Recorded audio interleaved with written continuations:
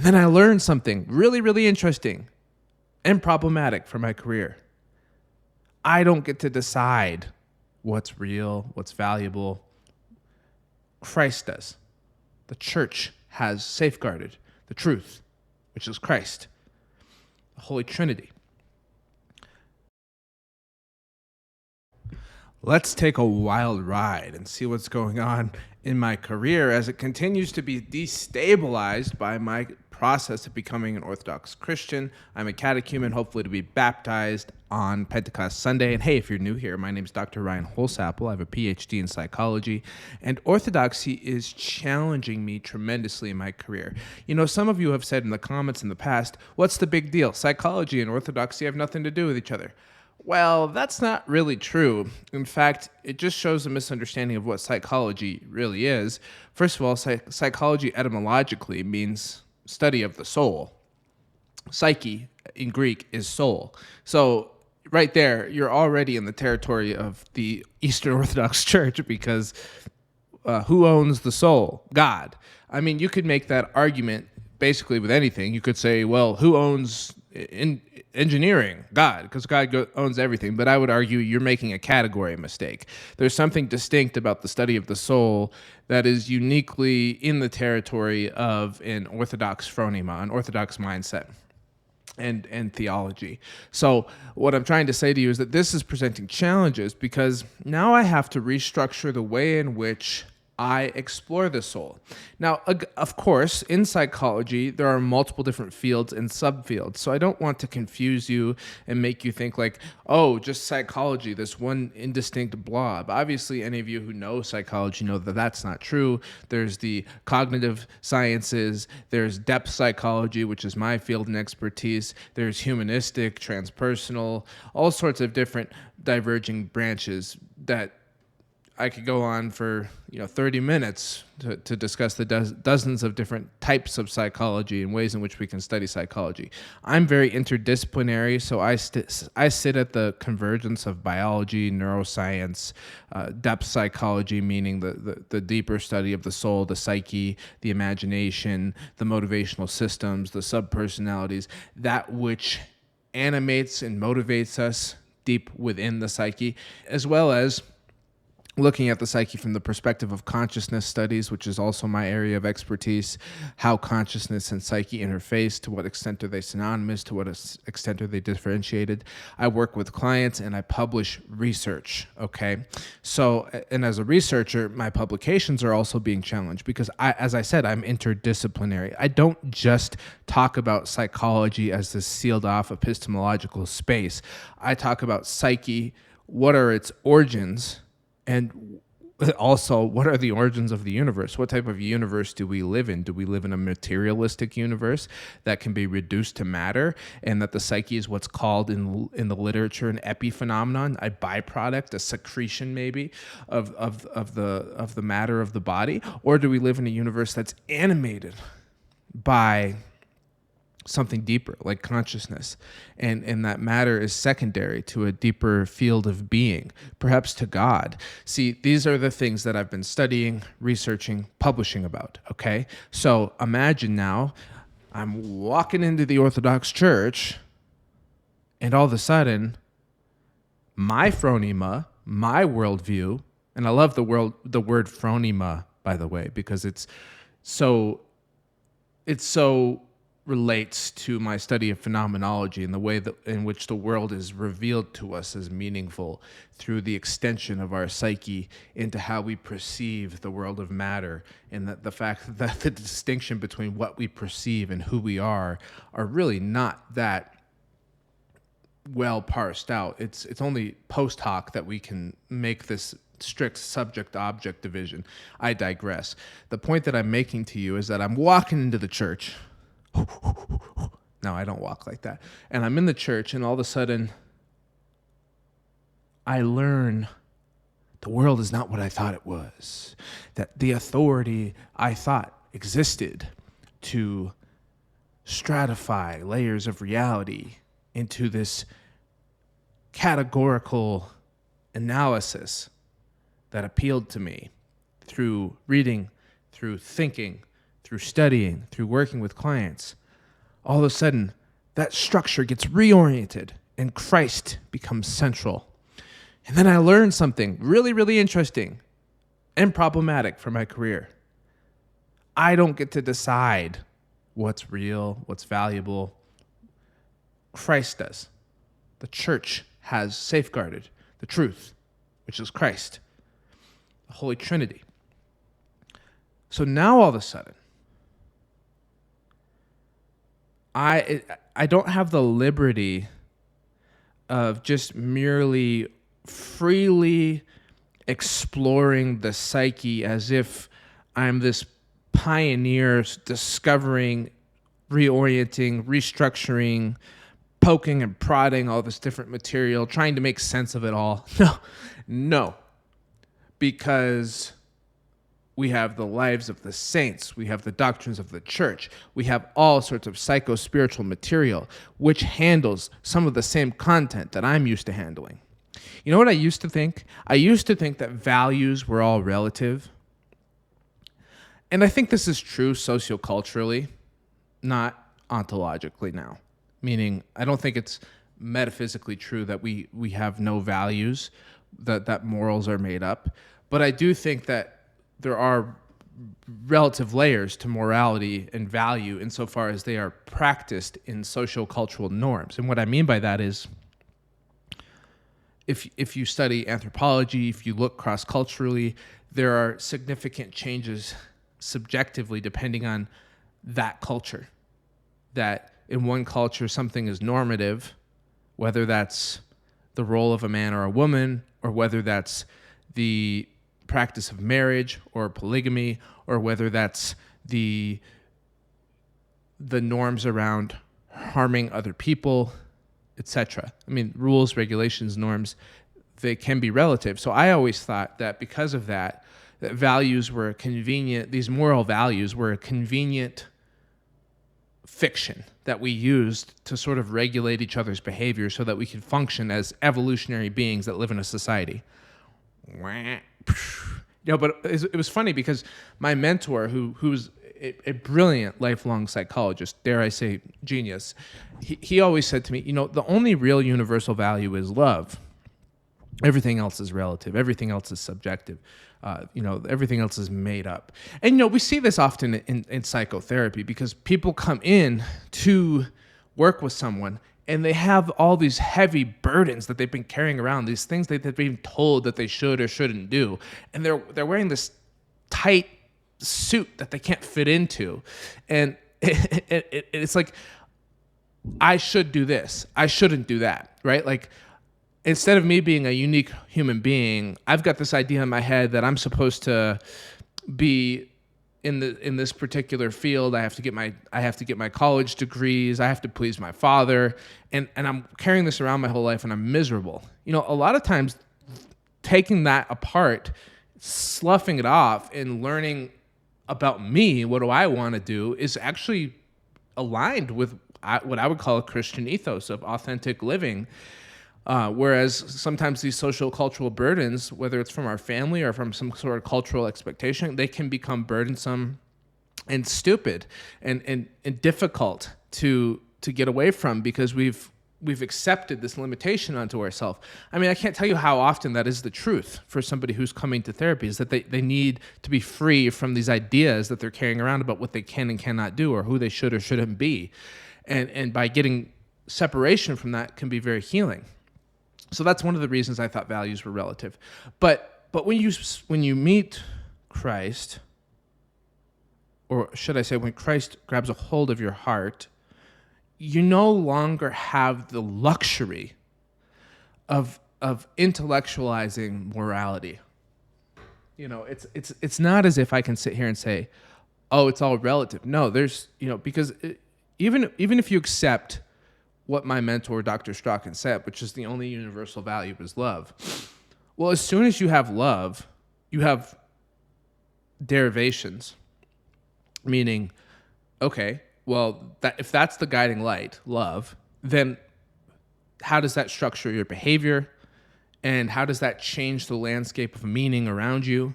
And then when you have love, all of a sudden you have the possibility of non-love. And we're right back to principles of good and evil. So you can't get outside of it if you're willing to accept anything as universal values.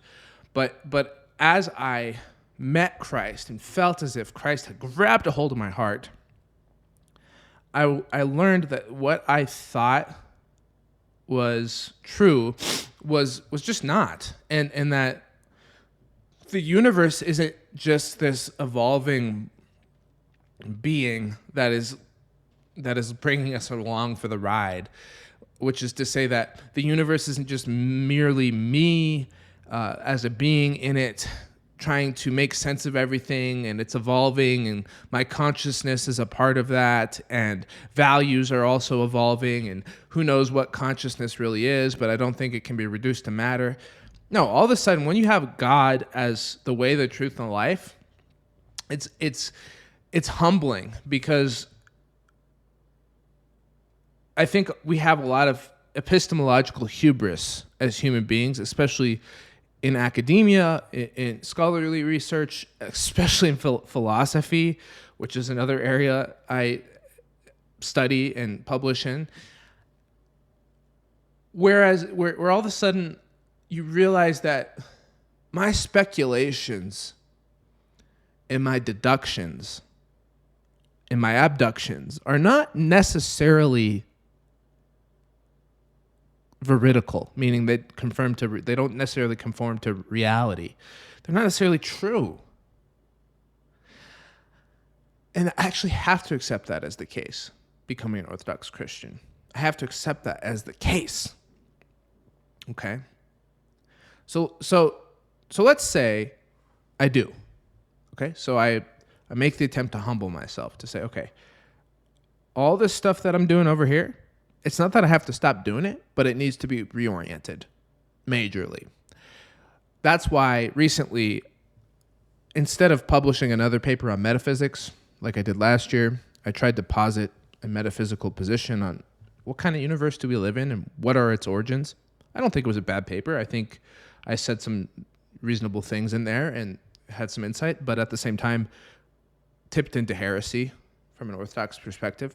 Okay, so instead of doing that, let's take a step back. Let's just imagine that, maybe just theological speculation is not appropriate for me.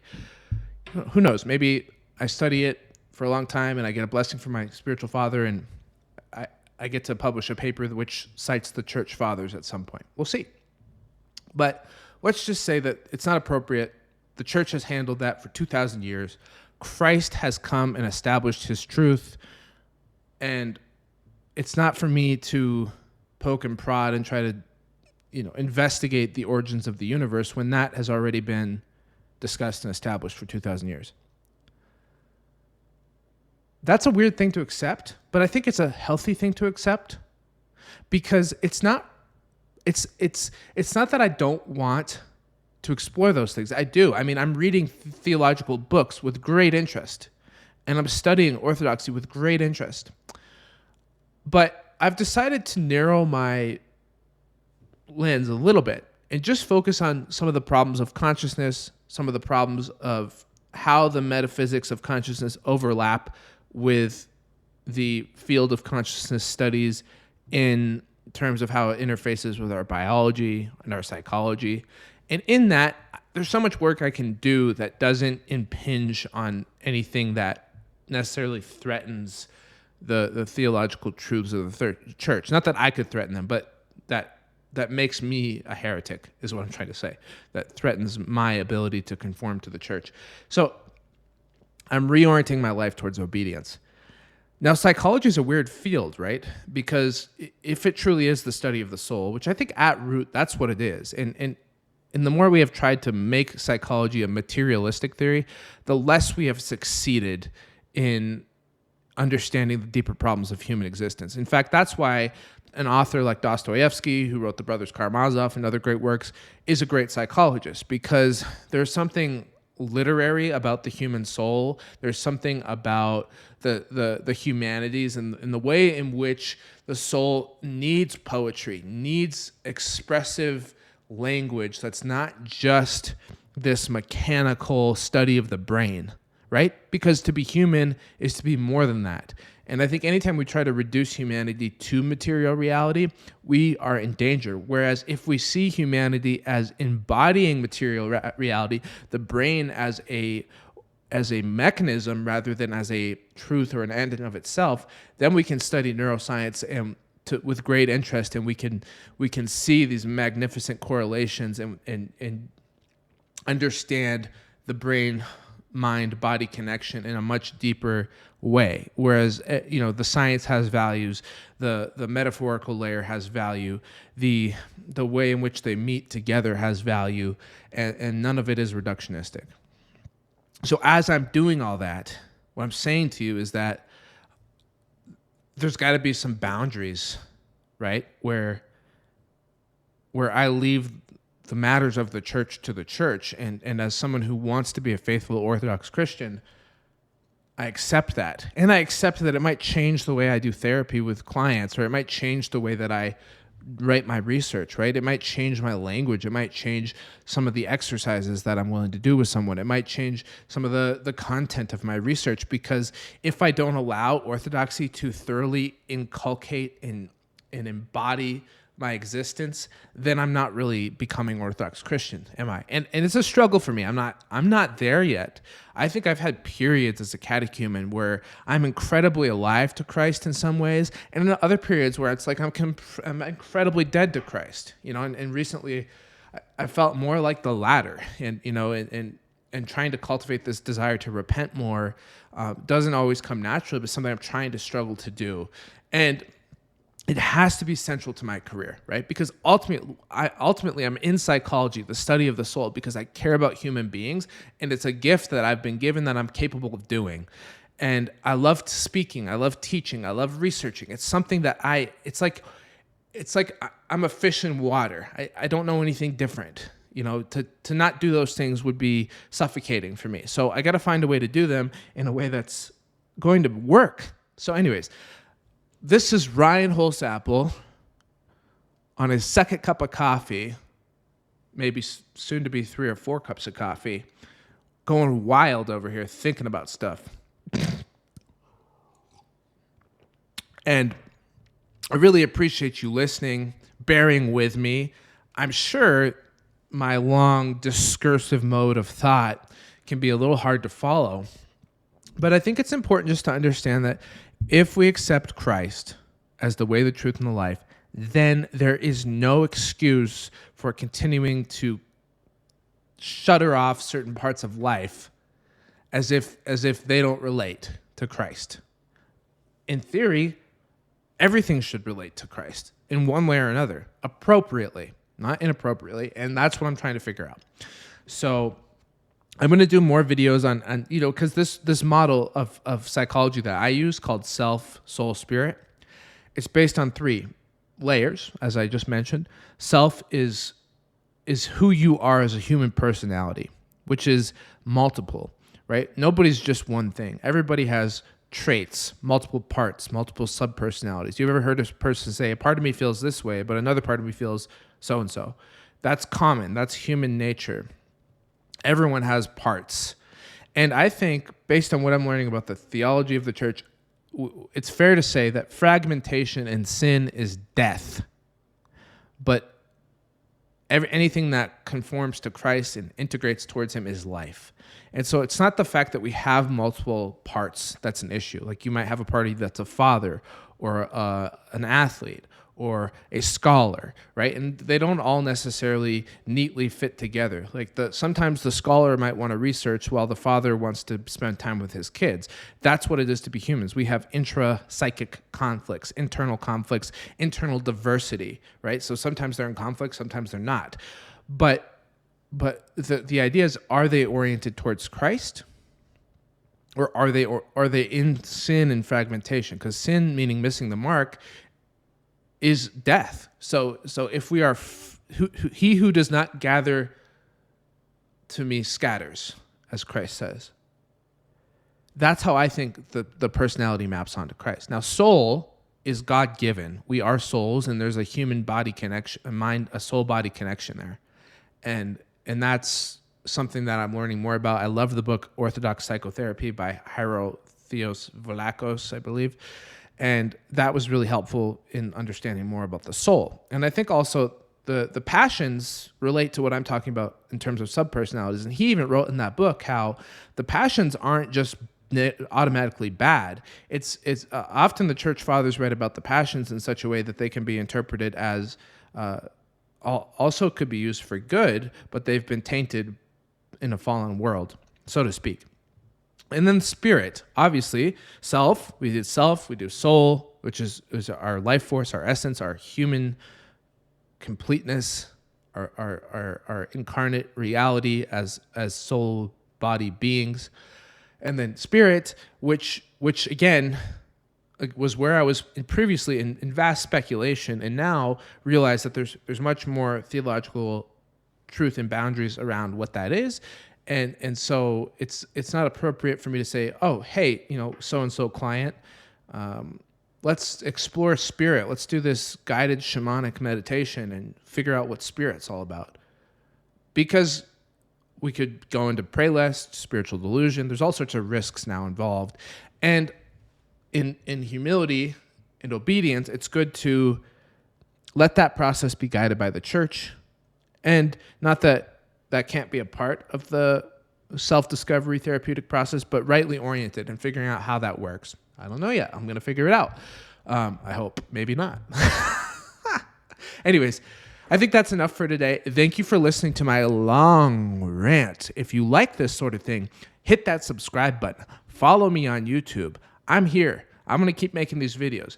I'm hoping it'll be interesting. I'm hoping it'll be engaging. I'm hoping it'll be a contribution, as well as something that people genuinely find that they can relate to some of the things I'm saying, or that I say something that is helpful, or maybe you have a comment that's helpful for me. Let me know what your thoughts are on this video and whether or not you think that the type of psychology that I'm discussing can be conformed to the Eastern Orthodox Church.